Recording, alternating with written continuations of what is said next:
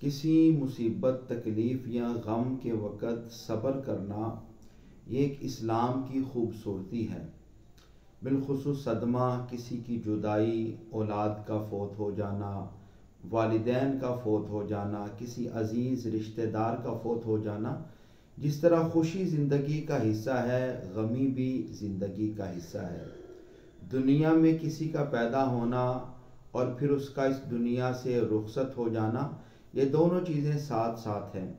مگر غمی کے وقت یا کسی بھی پریشانی یا مصیبت کے وقت صبر کرنا یہ ایک اچھے مسلمان کی پہچان ہے۔ آج میں نے ایک حدیث پاک سنی، پھر میں نے اس حدیث پاک کا مطالعہ کیا اور اس حدیث پاک کو پڑھ کر سن کر اتنا سکون ملا۔ اور آج بالخصوص ہماری وہ باپردہ عورتیں کہ جب گھر میں شوہر آئے، گھر میں ان کا خاوند ہے، تو انہوں نے اپنے سامنے پتہ نہیں کیسے شکوے، شکایت، تکلیفیں، غم انہوں نے سامنے کھول کر بیان کرنے ہوتے ہیں، باقی کوئی بات انہوں نے بعد میں کرنی ہے۔ صحابی رسول حضرت ابو طلحہ رضی اللہ تعالیٰ عنہ، آپ سفر پہ گئے، واپس آئے، آپ کا بیٹا ایک بیمار تھا۔ جس دن آپ واپس آئے اسی دن بیٹے کا انتقال ہو گیا۔ حضرت ام سلیم نے جب انہیں پتہ چلا میرے شوہر آئے، انہوں نے اپنے بیٹے کو گھر کے کونے میں اس کی تجہیز و تکفین، یعنی کہ اس کے کفن وغیرہ میں لپیٹ کر انتظامات کر کے سائڈ پہ کر دیا۔ اور جب خاوند آیا تو اس کو یہ نہ بتایا کہ آپ کا بیٹا فوت ہو چکا ہے۔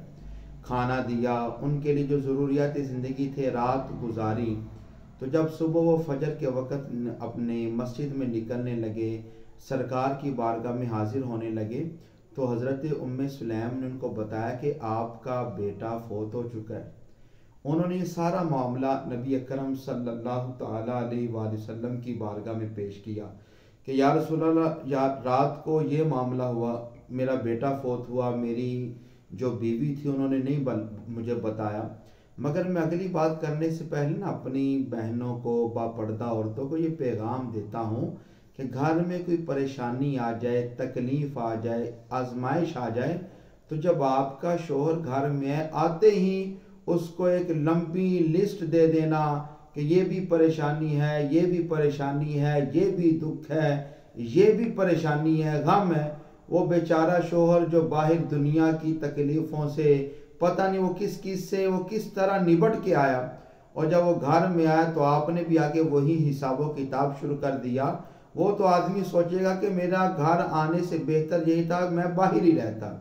اس لیے اگر کبھی گھر میں کبھی ایسی کوئی پریشانی بن جائے تو آپ تھوڑا سا طریقے کے ساتھ اس کو حل کرنے کی کوشش کریں۔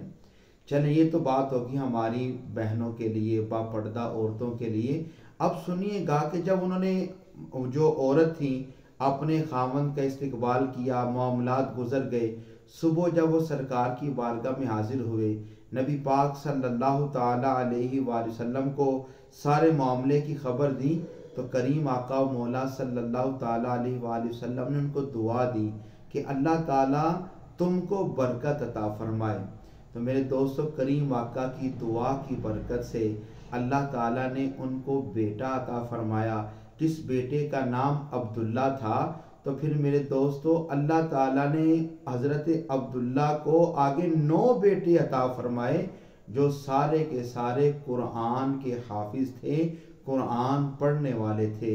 میرے دوستو، یہ رسول اللہ کی دعا کا انعام ہے، اور بندہ مومن کو صبر پر بھی انعام مل رہا ہے کہ تم صبر تو کرو، پھر اللہ تعالیٰ تمہیں کتنی برکتیں عطا فرما دیتا ہے۔